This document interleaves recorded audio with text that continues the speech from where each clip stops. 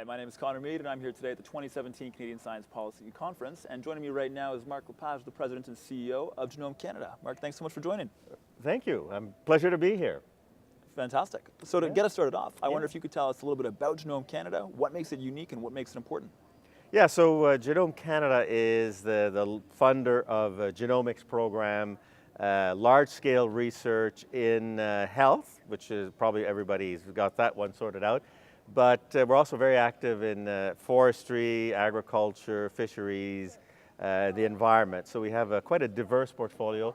The common thread in all of this is the study of DNA across anything that's living. Yeah. Fantastic. So what are some of the promise that genomics has to change our society and change our economy? Yeah, so I think most viewers will be familiar with the Human Genome Program, which was, in a sense, the public coming out of this, and this was in the first human genome was completed in 2000. And I think for the last 10 years, a lot of work has been done on basic science, and now we're evolving into applications. We're starting to understand the human genome, so it's starting to affect how we treat patients. So for example, in cancer or oncology, each patient has a different genetic makeup, and a drug that is highly efficient for one individual will not be working for the next. So genomics helps us sort out which drug for which patient. In agriculture, it's a completely different story. So there we're working on things like crops that'll have natural drought-resistant traits. So as we head unfortunately, into climate change and much more severe drought cycles, we're either going to have to use chemicals and spraying, or we're going to have to develop plants that are more naturally able to survive these extremes in weather patterns. And the latter is the more environmentally appropriate option. Yeah. All right. Yeah. So the hot topic of the day, the hot topic of most days, in recent memory, has been superclusters. Yes. So how do we as a country facilitate and foster innovative ecosystems in Canada? Yeah. And I think the logic of the superclusters is great, where instead of working, and if you want, with one firm or 2 or 3 firms, we try to regroup a lot of people who have an interest in a broad area, and that you, in a sense, bring a supply chain up and down and try and get more coordination. It's the kind of thing that has been fantastic and is very successful in Silicon Valley or in the Boston area or Austin. And I think the network, they call it the network effect, brings a lot of value over and above what each individual firm and partner in the enterprise is likely to bring. And you get things turning over more quickly, programs being more ambitious. So I think that's the promise of the superclusters. Yeah. Absolutely. So how does the supercluster approach differ from previous Canadian innovation policy? I think the primary difference is that there's an effort now to bring networks together as opposed to helping or working with individual firms. So I don't think people have stopped working with the individual firms, but we've really put an effort now at kind of one level up in building the network and cementing the network where there's cohesion and where there's, in a sense, a common interest across all these partners. And it's an interesting policy experiment. It's ambitious.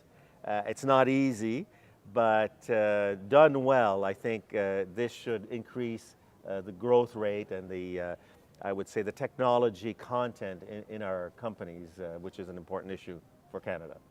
Absolutely. So what do you think are some of the key characteristics of doing it well?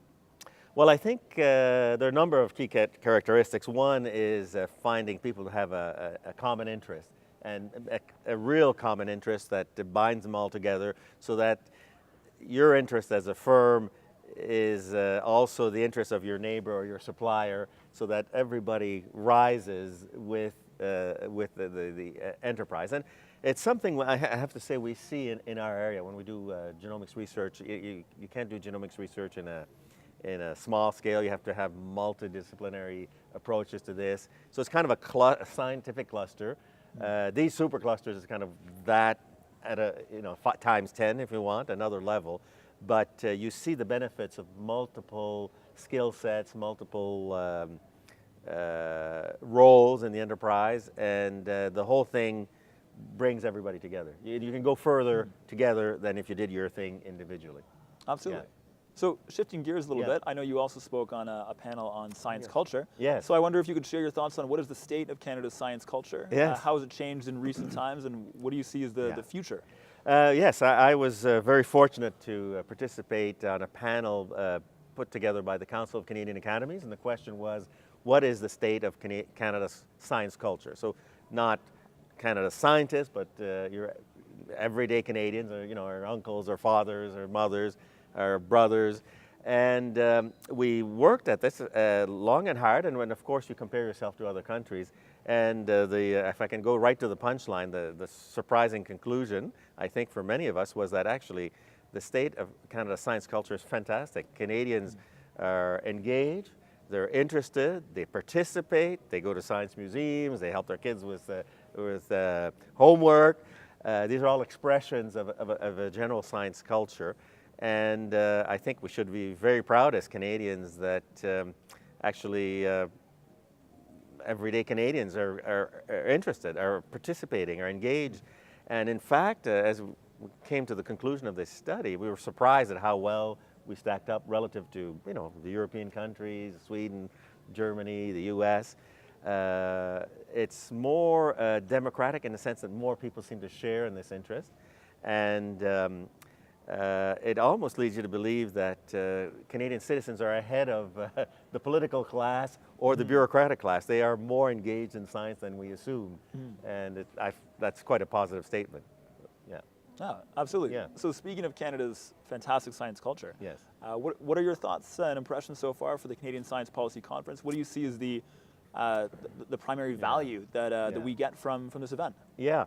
Well, first of all, I think it's the 10th anniversary, and every year has gotten better. And I would say what's striking to me is how the panels are more and more relevant to big policy issues that we're dealing as a country. And so the programming draws in more people, and you bring different thoughts around issues, climate change, innovation policy, economic growth, equity, northern versus urban development, all these issues. So the thought leaders on these big questions are brought together.